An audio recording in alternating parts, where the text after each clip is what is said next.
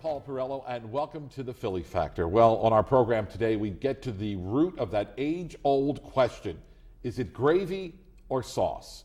Gravy Wars is a new book from veteran broadcaster turned author Lorraine Rinaldi. Gravy Wars attempts to settle that age-old question or argument in many households about what we place on our pasta. And I'd like to welcome Lorraine to our program. Thank you, Good to see you. Great to see you. Thank you so much for having me. And when I say veteran broadcaster, that word veteran makes it sound like, I'm old.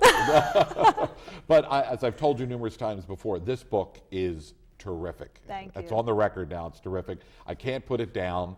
It's a book that really gets to the root of what South Philadelphia Italian is all about. Yeah. And that great debate of whether it's gravy or sauce. And I always grew up, it was gravy. Mm-hmm.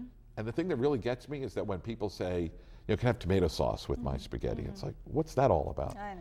So, what's worse is when they say, you put brown gravy on your pasta? Exactly. No, it's red gravy on my macaroni. That's right, exactly. So what prompted you to write this book? I had done some writing, as you know, in the past, and always throughout my broadcast career, it was a hobby of mine, writing. And it was Christmas Eve '05, and I had extreme agita. I was cooking my pseudo-7 fish dinner, which is also discussed in the book. And everybody was coming in, I wasn't quite prepared, and everybody's raving about the food, and I had appetizers out. I had stromboli, pizza, what I consider finger food and junk food, which is pretty easy, but we love it. Right, yeah. And everybody's raving about it, and the main courses weren't even out. Of course, we feed an army whenever we feed anybody, Sure. right? So I at one point I said, why am I getting so uptight? And I just started laughing to myself, and I thought this would be good fodder for a book. If I could put all my recipes, our family recipes together, they're not my original, they've been passed on or whatnot, and actually put something together, a cookbook. And then I thought, I couldn't just do the recipes. Everybody has these recipes in South Philly, and maybe they're slightly different. Sure. And of course, that's another whole argument, who makes it the best, and who puts their secret touch in it, and whatever that is. So I thought of all the stories that kind of go along with it.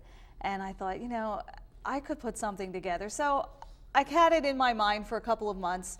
Beginning of 2006, I started trying to gather the recipes. Boy, that was a chore in itself because nothing's written down. That's right, nobody writes anything down. Nobody measures anything. Yeah. So, Ma, how do you make your gravy? What do you start with? What do you do? I had to really pull teeth. And I got aunts, I got my sister, my sister-in-law. Finally, after about a year, I gathered all their recipes that they wanted to give. And in that time, I was also writing some stories that went along with it. And, each chapter is dedicated to a kind of a theme, and the recipes that follow support the theme of that chapter. Sure. So we talk about the home decor of the 70s, which was pretty typical in any Italian household. Lots of marble, lots of mirrors. Flock wallpaper, Flock wallpaper. plastic slip covers, right? I've been there, done that, Sure. still am. Yeah, a lot of people still have it. Yeah. They take that plastic off a 20-year-old couch, and it's like brand new. That's right. But you were born in South Philadelphia. Your Technically. Yeah, technically, but your family has roots in South Philadelphia. Oh, And I yeah. think everybody at one time or another has either passed through South Philadelphia, is connected in some way to South Philadelphia. So, and so everybody really can relate to the stories Yeah. that you have in the book. And when I got the book a while ago, I found myself not being able to put it down. Oh, I said, this I'm is so glad. ridiculous because I need to get to sleep. And you know what it's like working in radio. You got to get up in the middle of the night in order to be in the morning. And you really have captured the whole experience that I'm afraid, and I think you would admit, and you're younger than I am, but today's generation doesn't get it. Our kids don't seem to get what you've got in this book. No, and that was part of the impetus as well. I thought, when, God forbid, my parents go, the tradition has been so watered down with me and my siblings. My kids do not have the tradition as I remember Sure. it, even though I try to carry it out. That's why I say pseudo-7 fish. There was a time when you did not eat meat on Christmas Eve. That's right. Only, and nothing that was in the manger, right? That's right. And, I thought, boy, if it's at least written down, they poo-poo me now, but maybe one day when they're in their 40s, they'll look back on this book and say, hey, Mom had something, Grandma had something, great-grandma had something. Sure. And so that was a little bit of the impetus as well. And of course, I'm really anxious to see what readers send me because, I'm sure they can do it better than me. So they can go actually to gravywars.com and sort of share their stories And that's with what you. I'm collecting now for the sequel. But, Yeah. this hopefully will play out for at least a good year or two, and then we'll gather information. And the book producing process is very slow, so in a few years we'll have a sequel out, and it'll be fun. And it's all fun. It's good humor, very self-deprecating, as you know. And even though I tell the growing up South Philly Italian story from my perspective, it's like you said, it's pretty much universal. And you don't have to be Italian to appreciate it. You don't have to be from South Philadelphia or even Philadelphia to appreciate it. I'm getting great reviews from different parts of the country. Thank goodness for people transplanted to Florida and California, and they're passing it around to their friends. And that's a real Philly thing, isn't it? The New Yorkers are the best. Yeah. Oh, Philly's not a real state. We have comments going back and forth on Facebook, and a lot of New Yorkers call it sauce. Yeah. And where did the whole thing come from? I mean, were you able to find out why we call it gravy and New York calls it sauce? Well, not affirmatively, but there's a lot of different theories, and it's something to do with the mistranslation, if you will, of the word for sauce in Italian. Nobody in Italy refers to it as gravy, but somewhere along the line, this is after talking to a couple of Italian friends from Italy, they think that perhaps there was some miscommunication in, people who start their gravy with meat or their sauce with meat. Yeah. We'll keep it gravy for this show, okay? Something in the translation. Sure. And I guess the word for sauce is suka, and ragu is a quick sauce, if I'm not mistaken. I thought Campbell's without ragu. Yeah, right? well, please, we won't even go there. That's a mortal sin if you open a jar and put that on your pasta. God We don't do forbid. that. Yeah.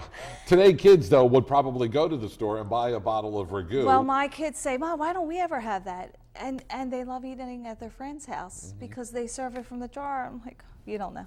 Yeah, right. The last thing our mothers want to hear is that our kids are eating sauce Exactly. or gravy out of a jar, Exactly. for sure. So when you go so do you make gravy? Now, the tradition was every Sunday was gravy. And I sort of have dug my heels in on this, but my wife and my mother-in-law and my kids, every other Sunday maybe Yeah. once a month.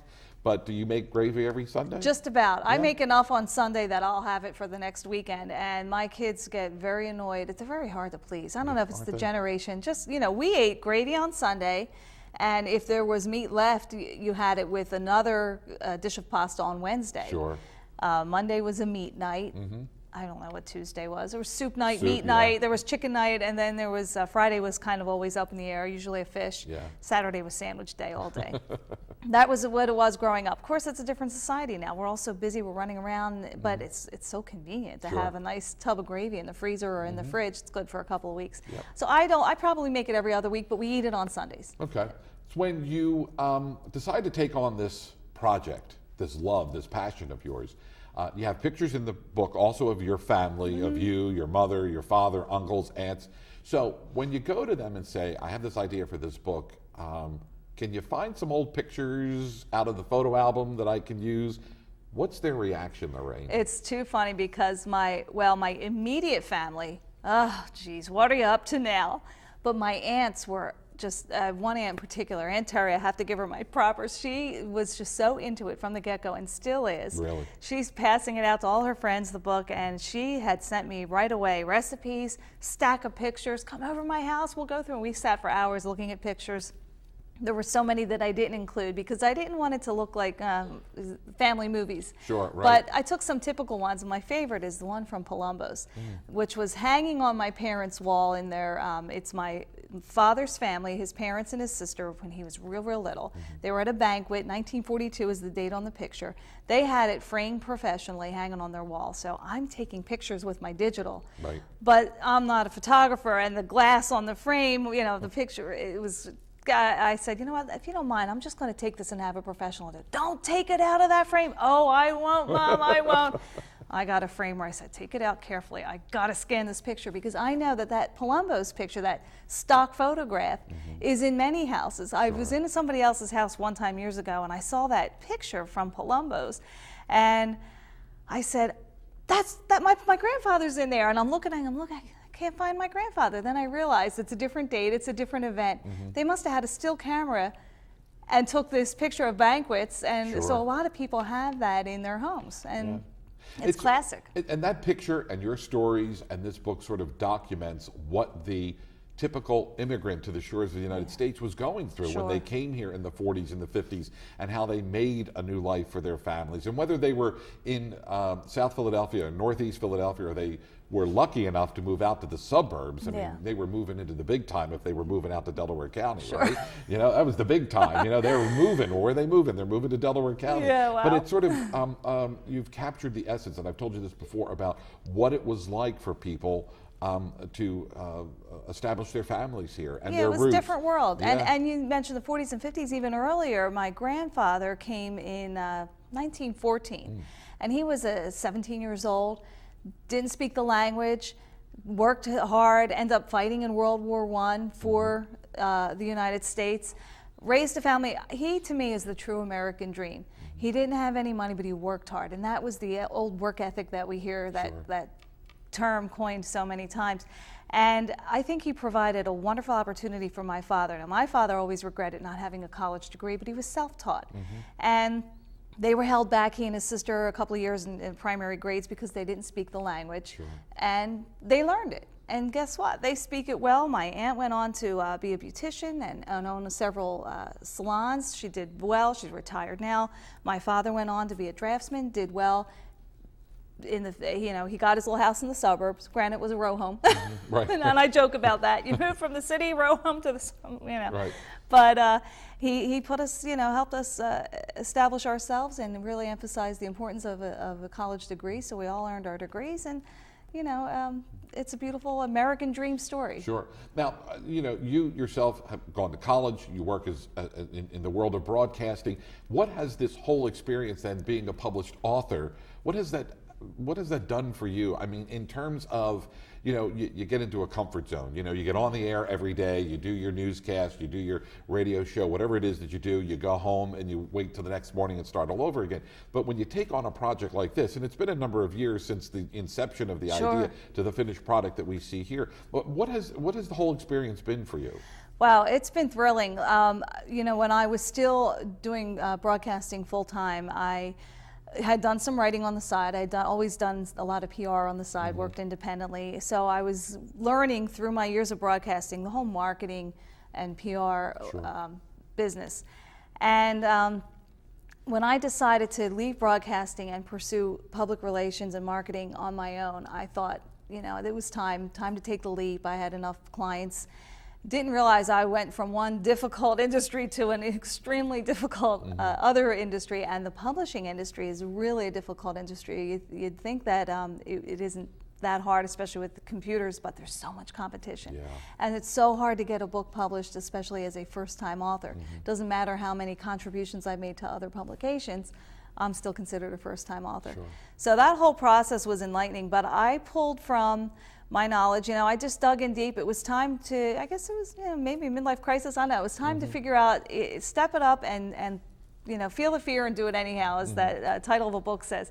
And so I did. I said, you know what, I tried for a year to get a publisher, ended up publishing it myself, and with sponsors, the help of sponsors. You saw Cento, Toludo's, Pasta and Cheese, Cannolis in there, South Philly Review, and Spectrum Realty, which is on 16th and Oregon. So with their help and a lot of other help and inspiration, it came to fruition. We have a whole marketing plan involved with this for a whole year or better. We have events coming up. I'll be down at the Italian Festival on 9th Street in the spring. You mentioned the wine tasting. Vendemmia in Girard Estate. And that's usually in the fall. That's right. So there's a lot to do, and we're going to have fun with it. And that's the whole thing, is an entertainment piece, and it's fun. The thing is, the critics have been very kind to you. They really have embraced the book. They like the book. But perhaps the biggest critics out there are the people that are picking up the book. They're in the row homes in South Philadelphia that still have the plastic slip covers and the flock wallpaper, if you will. And the reaction, from what I've gathered, has been very, very positive. And I guess when all is said and done, it's great to have these great reviews from the critics that are out there reviewing books. But from the row houses of South Philadelphia, Northeast Philadelphia, West Philadelphia, the suburbs. I mean, that's got to mean the world to you. It certainly does. And I'll tell you, I was a little bit gun shy, but it has been great. And I feel like anytime I get a lot of emails, and I feel like anytime I get an email from somebody saying, oh, I grew up in South Philly and now I live here, or I still live in South Philly and I love your book, it's my story. I feel like I've adopted another aunt or cousin or uncle or something, you know. And so it has been great. And those are the reviews that I really, really treasure. I mean, the professionals, I treasure those as well. Absolutely. But, I want to reach everybody. And, I kind of egg everybody on in there. You think you can do it better? Send me your recipe. Now, we want to mention that you can go to gravywars.com. You can share your stories there with Lorraine. You can also buy the book online there at gravywars.com. At Gravy Wars, at Amazon. It's in the bookstores now, right, Barnes & Noble, Borders, everybody. So it's everywhere. And then all the sponsors have it as well. Yeah, well, that's good. The other thing is that it's not just a story. You do have recipes in there, too. There's and there's 65%. a glossary. There's a glossary in the back, too, where, sometimes we Americanize these Italian words too much. So bad. I was going through the glossary this morning, and there's the South Philly way of saying it, the Italian way of saying it, and then the definition for, of course, there's, you mentioned agita, which is, and then, and in Italian it would be agita, acita, yes. Right, which means sour, heartburn, aggravation, if you will. But I like the way that you sort of take the words that people hear, but they don't know, and a lot of times kids will take these words and use them, and they don't even know what they're saying. No. But, we sort of sit back and smirk because we know they don't know what they're saying. But you've given us a great glossary, a reference, if you will, for us to go and cross-reference some of the words that we use on a daily basis. And that was difficult, and I had help from a friend who was from Calabria and another who was from Abruzzo.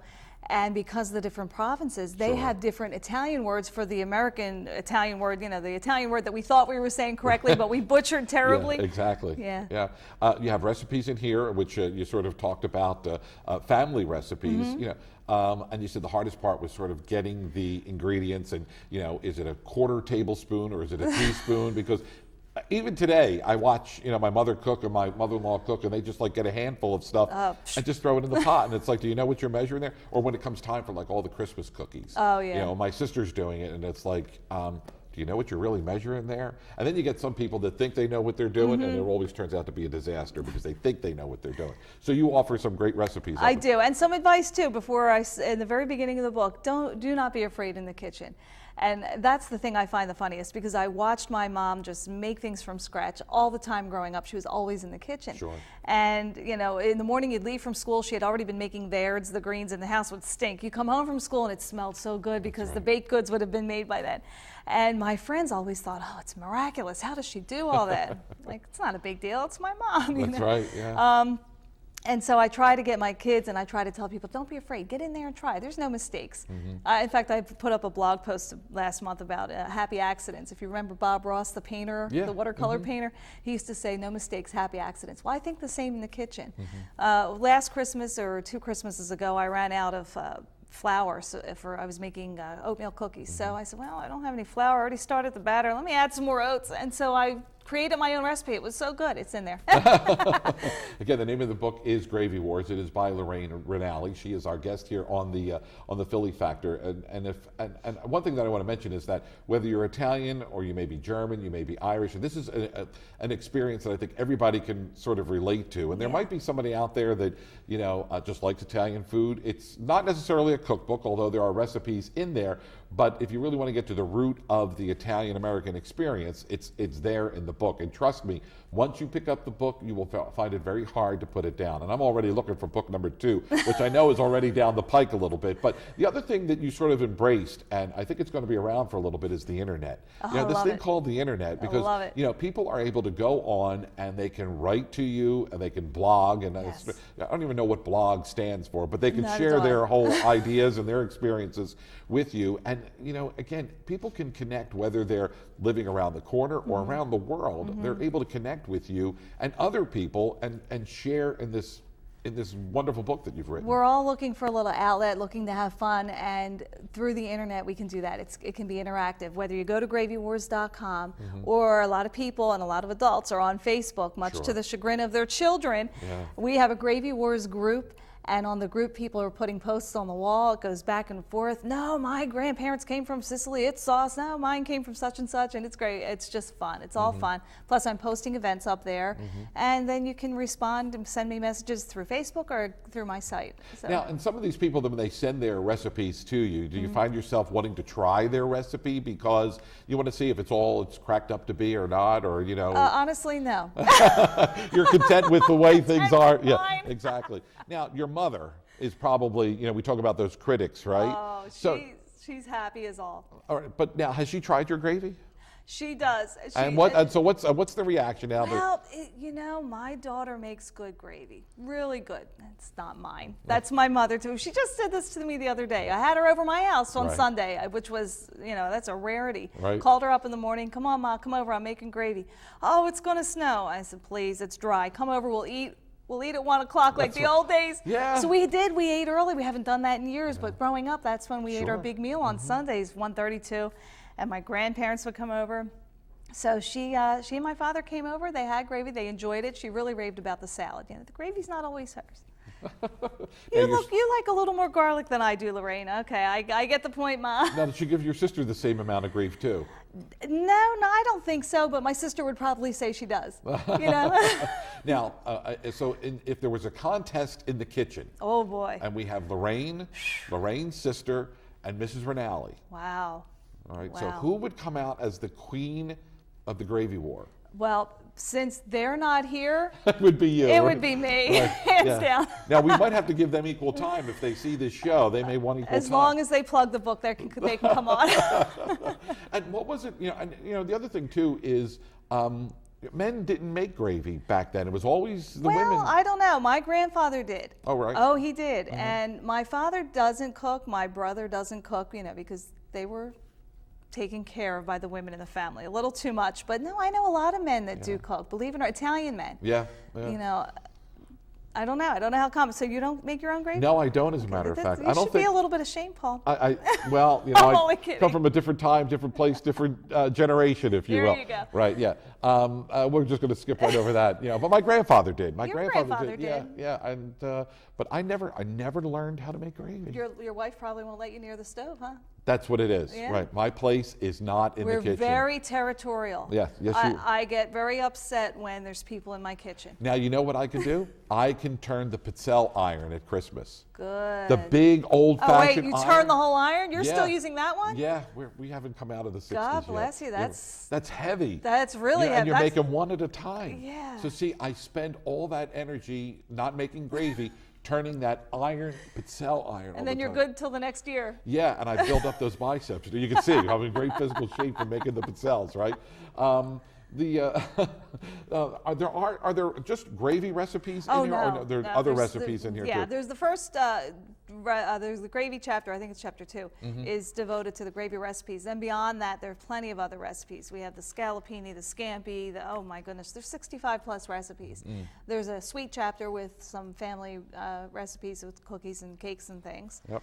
I'm And, looking at page 93 here because you talk about these pictures, and of course, Oh, boy. camera, What do you it's have the there? Rinaldi family, 1982. 1982. Yeah, with the velour couch. That was right after, that was our little personal renaissance when Mom took the plastic off. Right. I thought my father was going to have a heart attack right then and there. Yeah, and what's with the candelabra that looks like it came Oh, out of a please. medieval castle?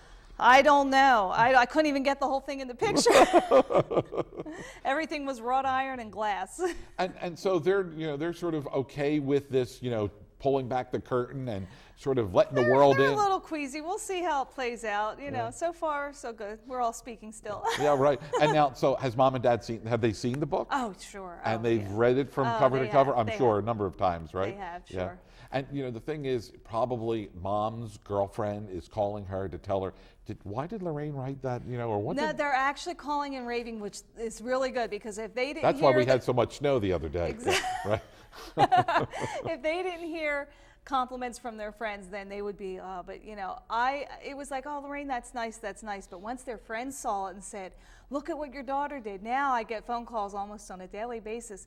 Do you know who I just spoke to? So-and-so, do you remember? And blah, blah, blah. Well, she loves your book. I'm so proud of you. Yeah, So well, that's neat. become- Well, it's great to have them around to share this experience. It is. You know, because so much of what you've put into the book is really about them. Exactly. And you're growing up too. Yeah. And I brought you a little gift today. This is our little marinara spoon. With it says stir it up. Now, is it Marina. Marina. It's right? Marina, but or I thought, as, they marinara. Yeah, right, exactly. But see, now I don't cook. Now, what am I supposed to do with this? What do I do with this? Well, hit your children. That's the other thing. No, that's long gone. They're That's too long gone. old. Yeah, They'll grab exactly. it from you. They'll Sure, hit me Dad. with it, I'm sure. Right. Yeah. Just hang it somewhere. And a Oh, little this is neat. apron. Now, I bet if you don't cook in the kitchen, you probably do some grilling in the summer. No. You don't do that don't either? even do that either. Yeah, I don't have time, Lorraine. You know me. Wow. Yeah, I don't have time. Well, for it. then you can give that to your wife. Yeah, she'll love this, as a matter of fact. Saucy but, chef. But now the thing is Saucy Chef, Gravy Wars. But it's white and gravy. I don't want to get any stains. Oh, yeah, that's what bleach was made for. Really? Oh, yeah. Okay. And, I really... Such a typical Italian you are. You don't want to use it because you're afraid of dirtying it. That's right. That is the typical, you are the quintessential Italian. Get over it. What can I say? Born and bred, still living there after all these years. That's right. And the spoon you put in the pot and you stir the gravy? You must use a wooden spoon for your gravy. Why wooden spoon? Because Grandma did. I don't know. You know what? But It's better. It doesn't afraid- break the meatballs. It Metal doesn't. spoons will break the meatballs if they're soft enough. Really? Yeah. I know what's going to happen. My mother-in-law will lay claim to this. That's fine. Because I think she still got the original spoon from like 1933 or something. Really, and it's And they're thick and they're long. Yeah, exactly. So when she sees this, she's going to probably want She'll this. say, that's little. No, she'll say, yeah, it's not as big as the one that I use right now. It's like, look, it's a free spoon. Why don't you know? But no, they she still got the colander, that's Oh, like, sure. but the leg is broken Yeah. and you put the macaroni in and drain it, but that's what they love to do. All right, well, enough about us. What I want you to do is go out and get a copy of the book, Gravy Wars. Lorraine Rinaldi is our guest here on the Philly Factor. Gravy Wars, South Philly Foods, Feuds, and Attitudes. Attitudes. Well, Lorraine, I want to thank you so much for coming in. This has been a pleasure. It's been a lot of fun. Thank you, Paul. Continued success. I appreciate And it. when the second book comes out, I want you right back in the chair here. You'll be All the right? first to know. And I will still have this apron, and maybe we'll even cook something up. It better be dirty and stained, so you can get a new one. All right. Well, I'll give it to my wife, and I'm sure she'll get it all dirty and stained for that time. All right. Lorraine, always a pleasure to see you. Thank you. Thank you. Continued success. Again, the name of the book available in bookstores, online at gravyawards.com, also at amazon.com, and look for it in the bookstores. It is now in the bookstores. It is Gravy Wars by Lorraine Rinaldi, our guest here on the Philly Factor. Thank you so much for being with us. Until the next time, my name is Paul Perello. Have a great day.